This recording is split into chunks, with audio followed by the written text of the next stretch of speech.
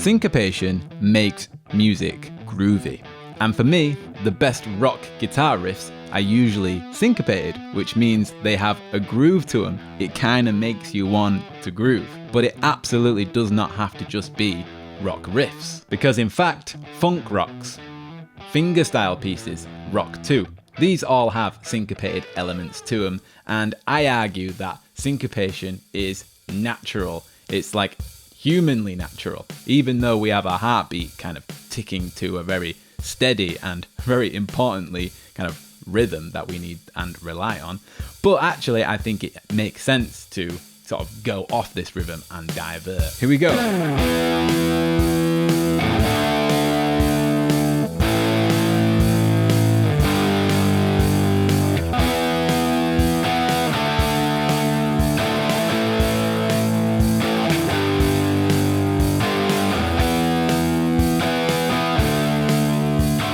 So I guess now we could look at 5 really good examples of these kind of syncopated riffs. So first up, we've got an absolute classic, one of my favourite songs ever. This is Dirty Deeds Done Dirt Cheap.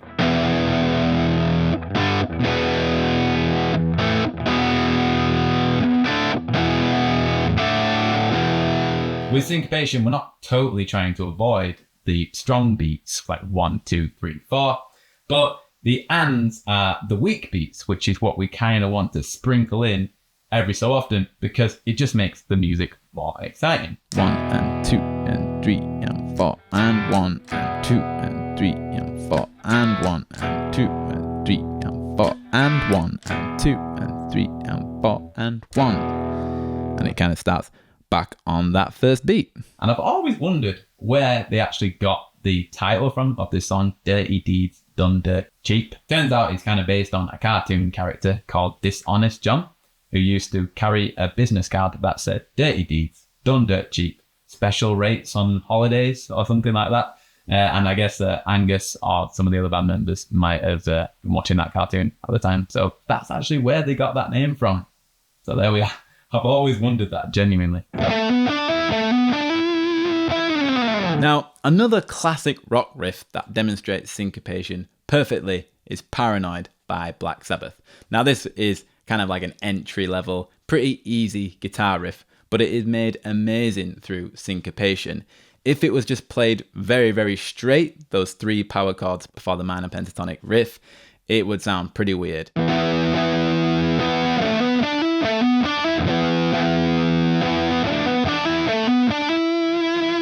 Really kind of hard to play. Or it could sound like this.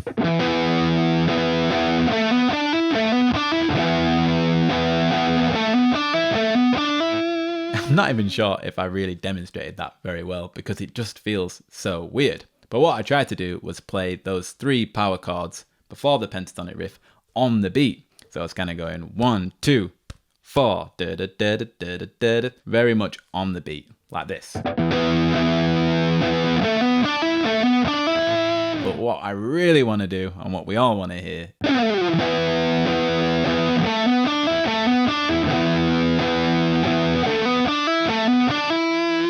now how that goes is 1 and 2 and 3 and 4 and 1 and 2 and 3 and 4 and 1 and 2 and 3 and 4 and 1 and 2 and 3 and 4. I think we can all agree that those straight ones were exhausting to play and really just do not work. Tony Iommi, obviously being the very accomplished guitarist that he is, didn't think twice about it being syncopated. It just came totally natural to him, which is kind of my overall point of this whole video, is that syncopation is natural and it just makes everything better. Paranoid, the song, was recorded pretty much on the spot by the band in the studio. Tony Iommi just writing that riff just like as it comes to him. He is the riff king. I think we can all kind of agree on that one.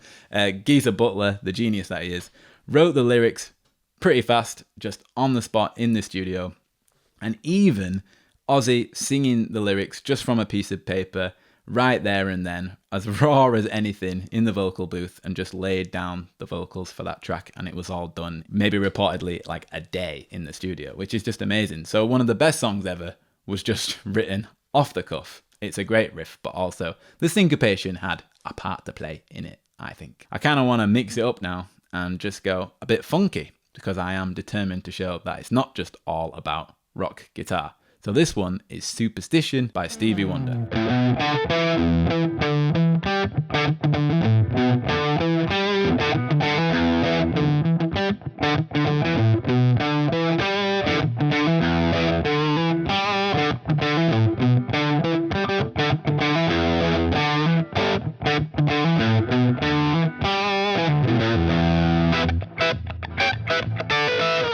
I guess I could have played that a little bit cleaner because it is a funk song.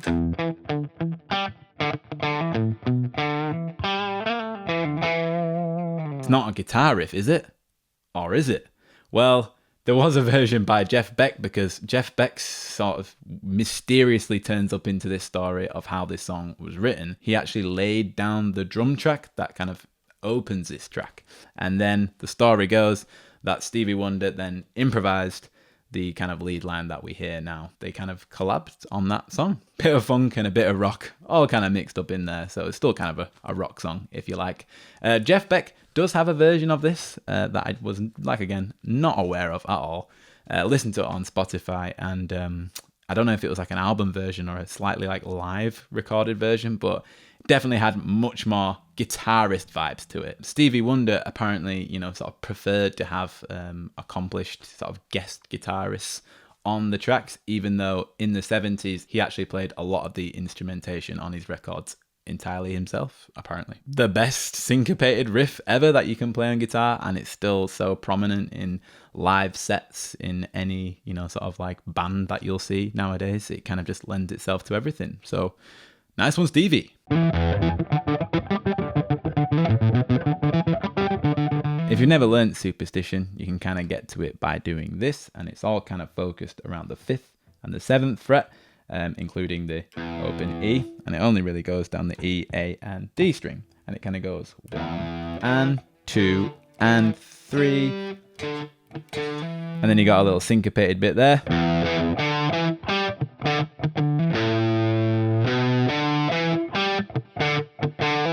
So it kind of repeats itself after it goes. So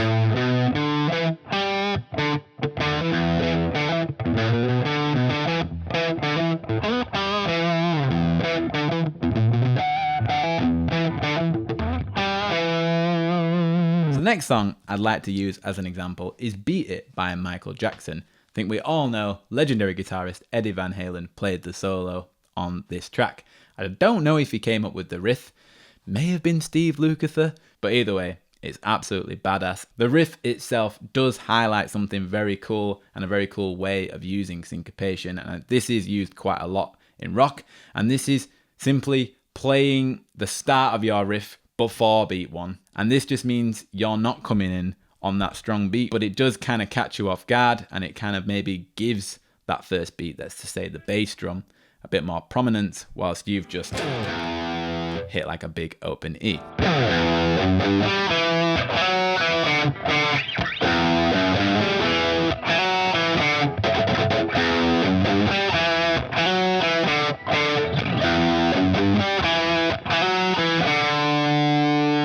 But you can just see how just dropping in that just low note there before the beat really just kind of just give it that power, just gives it something extra. If it was just on the beat, it would sound like this.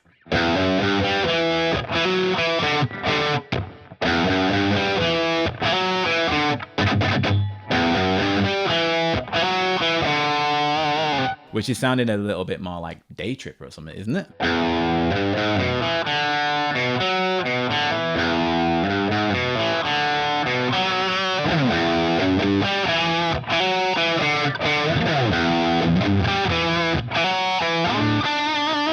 Oh god, got a bit tricky there, trying to do all the beats and stuff. When it's on the beat, it just sounds not good. And the call that Eddie Van Halen got to kind of come and do this like session work for the solo and possibly the riff, he actually thought it was a prank call, and I think Quincy Jones, the producer, probably had to convince him it was real. It took him 2 takes and there was no fee. He used a rented Marshall amp, his Franken Strat, and an Echoplex delay. Apparently though, it was a bit too gainy, a bit too heavy sounding, so they might have kind of altered some of the post-production side of the guitar. And I'm pretty sure Steve Lukather is involved in somewhere in that process there. So there we are. They kind of toned down Eddie Van Halen a bit for Michael Jackson. Michael Jackson himself said that if he was going to do a rock song, which it kind of was recommended that he do that, he wanted it to be a rock song that he himself would buy if he heard it, I suppose. And so he wanted to be a fan of his own music, which I guess is pretty cool. My final song is Heartbreaker by Led Zeppelin. I'm absolutely not qualified to talk about any Led Zeppelin songs, and I've never really delved into like the back catalogue like many people have. However, Heartbreaker is a great example of probably one of the best rock riffs ever.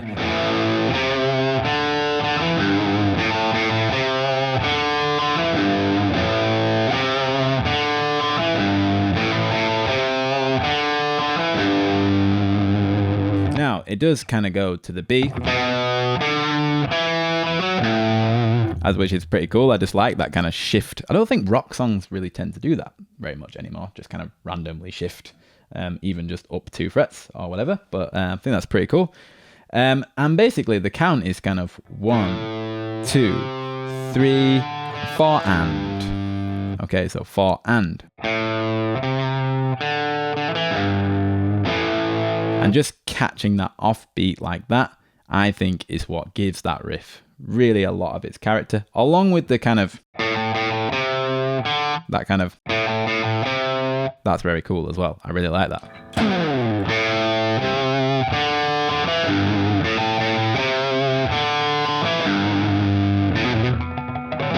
And I just tried to give that as much character as possible, really getting into the kind of rockstar vibes there, and just kind of bending the strings as much as I possibly can, just to give it as much as I can. And what a great riff it is.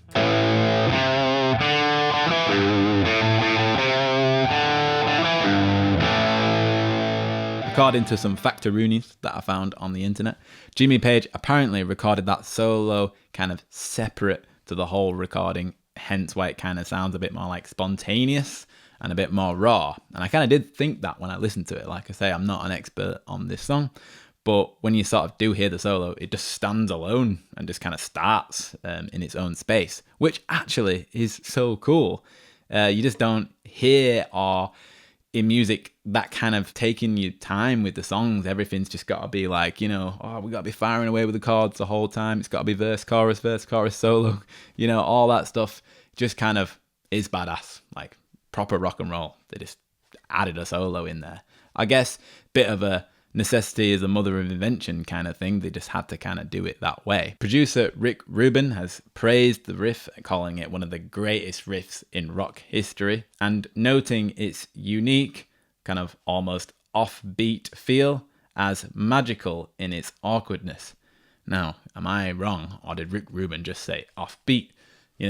AKA syncopation, just making it kind of really just, kind of awkward and kind of off the beat is what we're going for, and that's what makes these riffs so magical to me anyway. And even enter Eddie Van Halen once again. He's credited the song for the inspiration to his tapping, so he kind of took the solo beyond that, which I think he saw on like a live version 1971, I think it was. It kind of goes like this. So there is just some examples of great rock riffs. There's absolutely tons that demonstrate the just the power of syncopation. It really is a kind of a basic technique just to sort of play off the beat, and it does, I think, and I will argue, come very natural to us and just makes everything sound a bit more exciting. I hope you agree. I thought I'd just mention I'm using my Duesenberg Caribou in Narvik Blue, and I'm literally just plugging straight into my Focusrite interface, just going straight into the Logic plugins. Probably get hate for that. Might do a video on that another day. But speaking of videos, if you like this one, please chuck us a like. That'd be awesome. And subscribe to the channel if you want to see more kind of stuff like this. And let me know of any other kind of topics and ideas you want me to explore, and we can explore them together. And drop us a comment and see if anyone else agrees with what you're saying, or if you want to just hate on what I'm saying. Fair play. And I'll catch you at the next one. I'm going to play a bit more Dirty Deeds.